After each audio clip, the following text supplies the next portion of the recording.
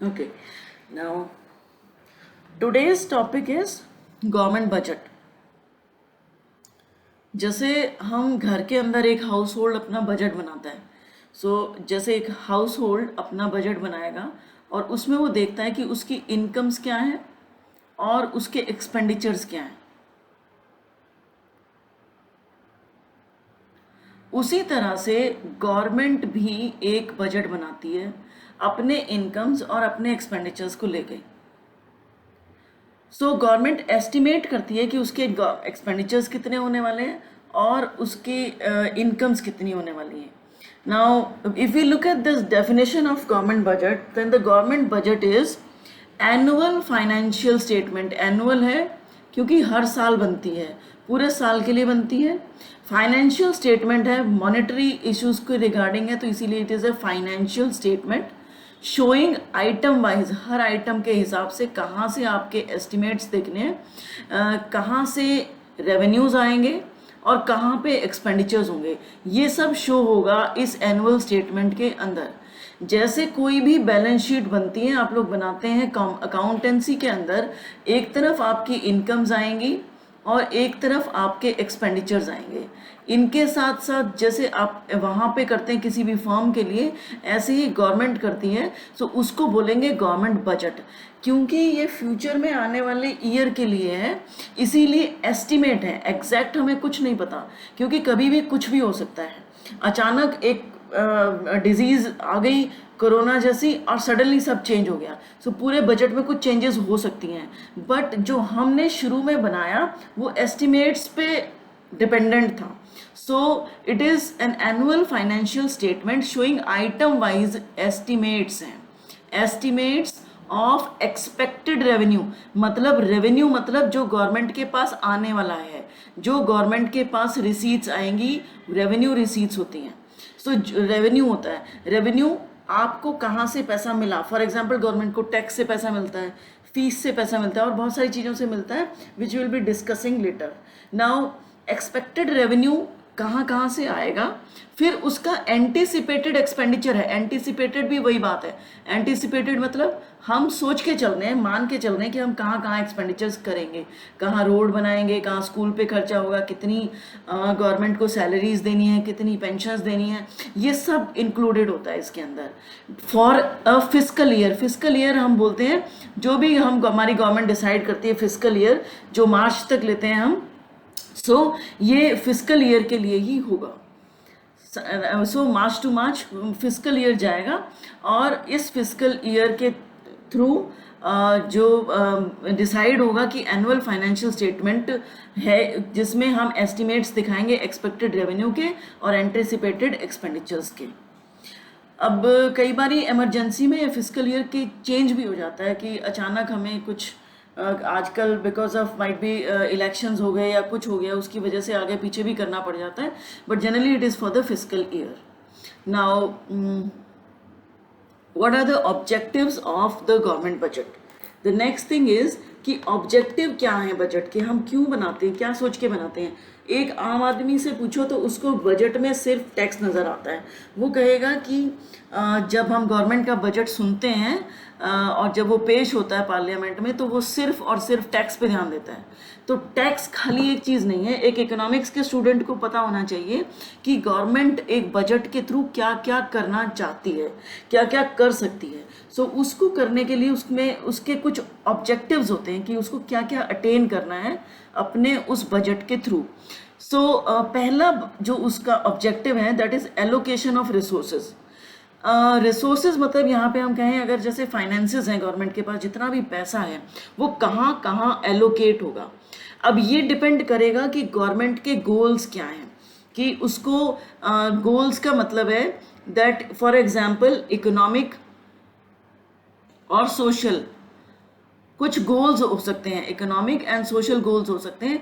Economic गोल हो सकता है कि हमें किसी पर्टिकुलर सेक्टर को प्रमोट करना है, या सोशल गोल हो सकता है, सोशल वेलफेयर का गोल हो सकता है कि फॉर एग्जांपल एक कोई अर्थक्वेक आ गया या कुछ आ गया, उसकी वजह से कोई नेचुरल कैलामिटी आ गई, उसकी वजह से बहुत सारे लोगों को स्पेशल एलोकेट करना पड़ रहा है पैसा। सो ये एलोकेशंस होती हैं जो इकोनॉमिक और सोशल जो ऑब्जेक्टिव्स होंगे उसको ध्यान में रख के गवर्नमेंट एलोकेट करती है। इन्हीं के चलते गवर्नमेंट डिसाइड करती है कि कुछ टैक्स कंसेशंस देते हैं कई बारी, या कोई सब्सिडीज देते हैं। सो टैक्स कंसेशंस दिए जा सकते हैं किसी चीज़ के लिए। टैक्स कंसेशंस के अंदर आपका आएगा जैसे कोई फर्टिलाइजर्स हैं, उन फर्टिलाइजर्स के ऊपर कंसेशन देना है, तो टैक्स अगर लगा हुआ था उसको कम कर दिया जाए, या फॉर एग्जांपल किसी मेडिसिन पे टैक्स लगा हुआ था उसमें कंसेशन देना है बिकॉज उसकी बहुत ज़्यादा ज़रूरत पड़ गई है, तो ये भी एक कंसेशन हो सकता है। सो कई बारी एंटरटेनमेंट टैक्स को इवेड कर देते हैं, किसी पर्टिकुलर मूवी के ऊपर उसको हटा दिया, ये टैक्स कंसेशन हो गया। कई बारी कुछ सब्सिडीज़ भी देनी हो सकती हैं। सो मेन जो प्लेयर होते हैं इसमें टैक्सेस और सब्सिडीज़ हैं। टैक्सेस और सब्सिडीज़ को ही ध्यान में रखते हुए सारा बजट उन्हीं के अराउंड मेन फंक्शन करता है कि टैक्स कंसेशन कहाँ मिलेगा, टैक्स इम्पोज कहाँ होगा, टैक्स इंक्रीज कहाँ किया जाएगा, टैक्स को डिक्रीज किस कमोडिटी पे किया जाएगा, या सब्सिडीज़ को किन किन चीज़ों के लिए देना है, किन चीज़ों से हटाना है। All this is done through budget for allocating the resources. The government has limited resources, unlimited resources नहीं है हमारे पास, रिसोर्सेज लिमिटेड हैं। फॉर एग्जांपल एक हाउस होल्ड के पास भी लिमिटेड रिसोर्सेज हैं, तो 100 रुपये अगर हैं तो इस 100 रुपये में से कौन कौन से पैसे कहाँ कहाँ एलोकेट किए जाएंगे, एग्रीकल्चर में कितना पैसा लगेगा, इंडस्ट्री के ऊपर प्रमोट करने के लिए कितना पैसा लगेगा, कोई एंटरटेनमेंट को प्रमोट कर, किसी भी टूरिज्म को प्रमोट करने पे कितना पैसा लगेगा। सो ये सारी एलोकेशंस जो होती हैं ये बजट के थ्रू की जाती हैं। Now next is reduction in inequalities. Inequalities को कम करने के लिए भी टैक्सेस वगैरह को यूज़ करके बजट के थ्रू अनाउंसमेंट्स की जाती हैं। जैसे if government wants to ensure कि ज़्यादा इक्वल डिस्ट्रीब्यूशन हो इनकम का, so rich people might be imposed with higher taxes, so उनके ऊपर हाई टैक्सेस लगाए जा सकते हैं। ये काम बजट के थ्रू होगा, बजट में ही अनाउंसमेंट होती हैं। फॉर एग्जांपल उन चीज़ों के ऊपर भी एक टैक्सेस ज़्यादा लग सकते हैं जो रिच लोग ज़्यादा कंज्यूम कर रहे हैं। इसी तरह से स्पेंडिंग ऑन जो वेलफेयर है उसका भी इनइक्वालिटीज़ को रिड्यूस करने के लिए हम कर सकते हैं। Spending on welfare activities, welfare activities पे स्पेंड करने के लिए गवर्नमेंट डिसाइड कर सकती है थ्रू वेरियस पॉलिसीज़। बजट के अंदर एलोकेट किया जाएगा कि किस वेलफेयर एक्टिविटी के लिए पैसा एलोकेट करना है। सो ये सब होगा बजट के थ्रू।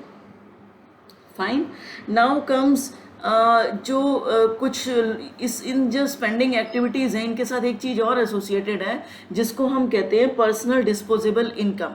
पर्सनल डिस्पोजेबल इनकम मतलब जो लोग खर्च कर सकते हैं वो वाली इनकम। एक तरह से मोटा मोटा बोलें तो जेब में जो उनके पैसा है, उनकी पॉकेट का पैसा है जो अपने आप से खर्चा कर सकते हैं। फॉर एग्जांपल कभी ज़रूरत पड़ती है, कोई ऐसी नेशनल कैलामिटी आ गई या कुछ आ गया तो जिसके अंदर गवर्नमेंट को पैसा एलोकेट करना पड़ सकता है इंडिविजुअल्स को या स्पेशल लेटर से इकोनॉमिकली वीकर सेक्शन के लोगों को डायरेक्टली एलोकेट किया जा सकता है। बैंक के थ्रू आजकल भी जैसे बहुत बार देते हैं पैसा, डिस्ट्रीब्यूट किया जा सकता है। सो ये एलोकेशंस होती हैं टू रिड्यूस द इनइक्वालिटीज़। ऐसा ना हो कि इनइक्वालिटीज़ बहुत ज़्यादा हो जाएं, क्योंकि इनइक्वालिटीज़ होने से बहुत सारी प्रॉब्लम्स क्रिएट हो सकती हैं। Next is economic stability. Economic stability को इंश्योर करना भी एक गवर्नमेंट का बहुत बड़ा काम है, जिम्मेवारी है उसकी। और इसको कैसे इंश्योर करना है ये भी बजट के थ्रू ही डिसाइड हो जाता है। बहुत सारी फ्लक्चुएशंस हो सकती हैं, इनकम्स में फ्लक्चुएशंस हो सकती हैं, एम्प्लॉयमेंट में फ्लक्चुएशंस हो सकती हैं। सो ये जो फ्लक्चुएशंस होंगी बार बार, इन फ्लक्चुएशंस को कंट्रोल करने के लिए गवर्नमेंट बहुत सारी पॉलिसीज़ अडॉप्ट करती है। कई बारी फॉर एग्जांपल इन्फ्लेशन आ गया, इन्फ्लेशन मतलब constant increase in the prices. अगर इन्फ्लेशन है उस केसेस के अंदर टैक्स को इंक्रीज किया जाता है। जब डिफ्लेशन होती है उस केस के अंदर टैक्स को डिक्रीज किया जाता है। सो ये जो सारे काम होंगे जो गवर्नमेंट करेगी, all this will be done through the budget. Next is the management of public sector enterprises. बहुत सारी चीज़ें हैं जिनकी प्रोडक्शन को अपने हाथ में रखना पड़ता है गवर्नमेंट को। अब ये जैसे पब्लिक गुड्स हो गई, कुछ पब्लिक गुड्स हैं फॉर एग्जांपल जिनका फ़ायदा सबको होने वाला है, किसी एक को नहीं होने वाला। इन गुड्स की प्रोडक्शन मोस्टली गवर्नमेंट अपने हाथ में रखती है, या किसी क्रिटिकल रीजंस की वजह से कुछ चीज़ों के ऊपर होने वाले खर्चे को गवर्नमेंट अपने हाथ में रखती है। फॉर एग्जांपल डिफेंस है, रेलवेज़ हैं, इनका खर्चा गवर्नमेंट अपने हाथ में रखती है। और इनको रोड्स की कंस्ट्रक्शन हो गई, इनके अंदर कितना पैसा एलोकेट होगा, ये सब भी गवर्नमेंट के थ्रू बजट के थ्रू डिसाइड होता है। So I hope you enjoyed the video. If you like it, please press the like button. If you want to share, you can share it with your friends. If you want me to cover some topics for you, then please write in the comments section.